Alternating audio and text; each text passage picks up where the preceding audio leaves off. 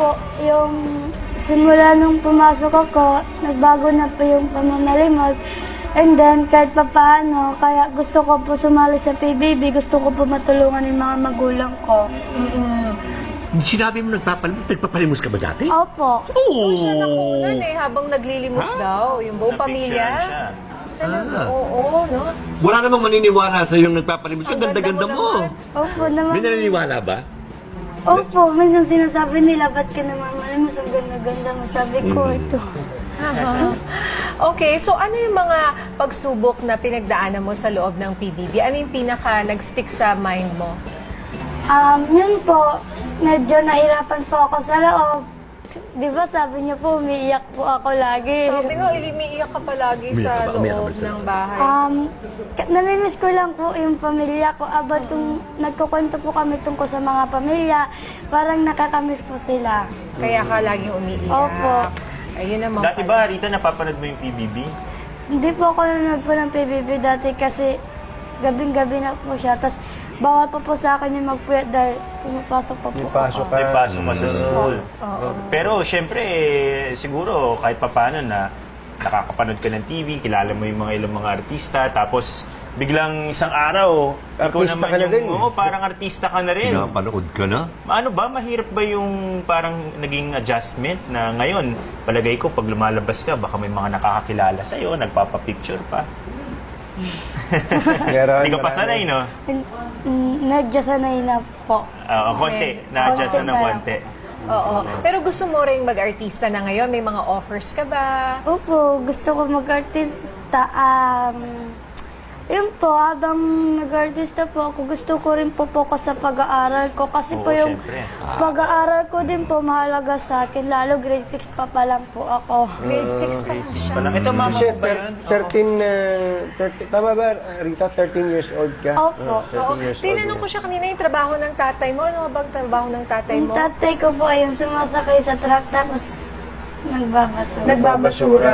Yung nanay mo? Yung mother ko naman po nasa bahay lang para mag-alaga po ng iba kong kapatid kasi wala pong mag-aalaga. Si kuya naman po nasa lola ko kasi yung lola ko matanda na rin po. Ilan kayo magkakapatid, Rita? 6 po. 6? Pangilan ka? Pangalawa po sa panganay.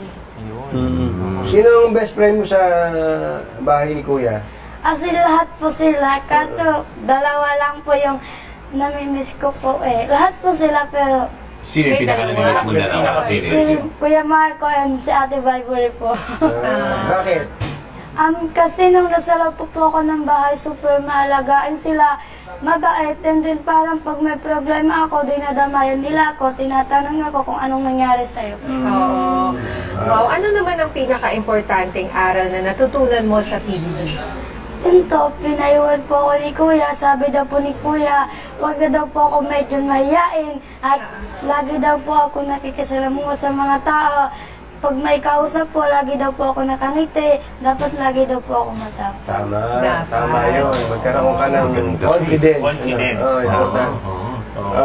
Confidently beautiful with a heart. Yan. Oh, Sabi mamaya nga sa ni Miss ano ka na. Universe. So gusto mong gusto mong mag-artista, tutuloy mo yung pag-aaral mo. Ano pa yung mga gusto mong gawin ngayon na nasa labas ka na ng bahay? Meron ka bang mga plano? Yun po, abang wala po pag-aaral sa pag-artista, gusto ko po balik-aral po muna kasi yung pag-aaral ko po, hindi na po ako ng pag-aaral nung nakaraan po, parang yung absent na rin po ako kasi naiwanan ko na po yung pag-aaral ko. Kaya pagbalik ko po ng Lucena, gusto ko bumalik po sa pag-aaral ko. Gusto ko po muna mag-focus sa pag-aaral ko. Parang nalilimutan ko na po yung pag-aaral ko.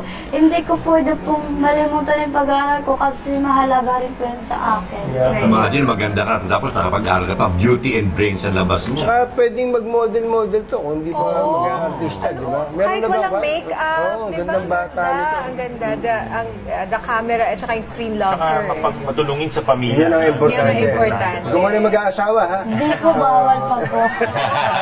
Bawal pa. Hanggang crush lang po ako muna. Oh, meron ka ng crush. Meron ka ng crush. Sinong crush? Sino? Ala!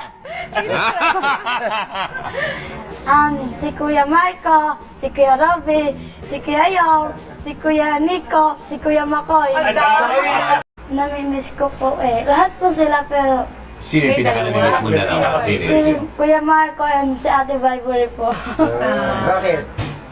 Kasi nung nasa loob po ako ng bahay, super maalagaan sila, mabait, and then parang pag may problema ako, dinadamayan nila ako, tinatanong ako kung anong nangyari sa'yo. Oo. Wow, ano naman ang pinaka-importanting aral na natutunan mo sa PBB? Ito, pinayuhan po ako ni Kuya. Sabi daw po ni Kuya, huwag na daw po ako medyo mahiyain at lagi daw po ako nakikisalamuha sa mga tao. Pag may kausap po, lagi daw po ako nakangiti. Dapat lagi daw po ako matapang. Tama. Po, yung simula nung pumasok ako, nagbago na po yung pamamalimos.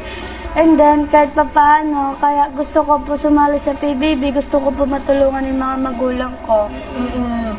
Sinabi mo nagpapalimos ka ba dati? Opo. Oo, siya nakunan habang naglilimos daw. Yung buong pamilya. Napicturean siya. Talaga, oo, no? Wala namang maniniwala sa yung nagpapalimos ka. Ang Ganda-ganda ganda mo. mo Opo naman. May naniniwala ba? Opo, minsan sinasabi nila, ba't ka namamalimos? Ang ganda-ganda mo. Sabi ko, ito. Okay, so ano yung mga pagsubok na pinagdaanan mo sa loob ng PBB? Ano yung pinaka nag-stick sa mind mo? Yun po, medyo nahirapan po ako sa loob. Di ba sabi niyo po, umiiyak po ako lagi. Sabi nga, umiiyak ka palagi sa loob ng bahay. Namimiss ko lang po yung pamilya ko. Nagkukwento po kami tungkol sa mga pamilya. Parang nakakamiss po sila. Kaya ka laging umiiyak. Opo. Ayun naman Dati pala. ba, Rita, napapanood mo yung PBB? Hindi po ako nanonood po ng PBB dati kasi gabing-gabi na po siya. Tapos bawal po sa akin yung magpuyat dahil pumapasok pa po. May pasok ka. May pasok ka sa school. Pero syempre, siguro kahit papaano na nakakapanood ka ng TV, kilala mo yung mga ilang mga artista. Grade 6 pa lang siya. Ito mama Kasi mo ba yun? 13, tama ba, Rita? 13 years old ka? Opo. 13 years old. Tinanong ko siya kanina yung trabaho ng tatay mo. Ano nga bang trabaho ng tatay Yung mo? tatay ko po yung sumasakay sa truck tapos nagbabasura. Nagbabasura. Yung nanay mo? Yung mother ko naman po nasa bahay lang para mag-alaga po ng iba kong kapatid kasi wala pong mag-aalaga. Si kuya naman po nasa lola ko kasi yung lola ko matanda na rin po. Ilan kayo magkakapatid, Rita? 6 po. 6? Pangilan ka? Pangalawa po sa panganay. Ayun. Sino ang best friend mo sa bahay ni Kuya? Kasi lahat po sila kaso dalawa lang po yung At tapos, biglang isang araw, ikaw Artista naman ka na yung, din. oo, parang artista ka na rin. Pinapanood ka na? Ano ba, mahirap ba yung parang naging adjustment na ngayon, palagay ko pag lumalabas ka, baka may mga nakakakilala sa'yo, nagpapapicture pa. Meron, Hindi ka pa marami. sanay, no? medyo sanay na po. Konti, na-adjust Konti na ng pa lang. konti. Oo. Pero gusto mo rin mag-artista na ngayon? May mga offers ka ba? Opo, gusto ko mag-artista. Yun po, habang nag-artista po ako, gusto ko rin po focus sa pag-aaral ko. Kasi Oo, po yung syempre. pag-aaral ko din po mahalaga sa akin. Lalo grade 6 pa lang po ako.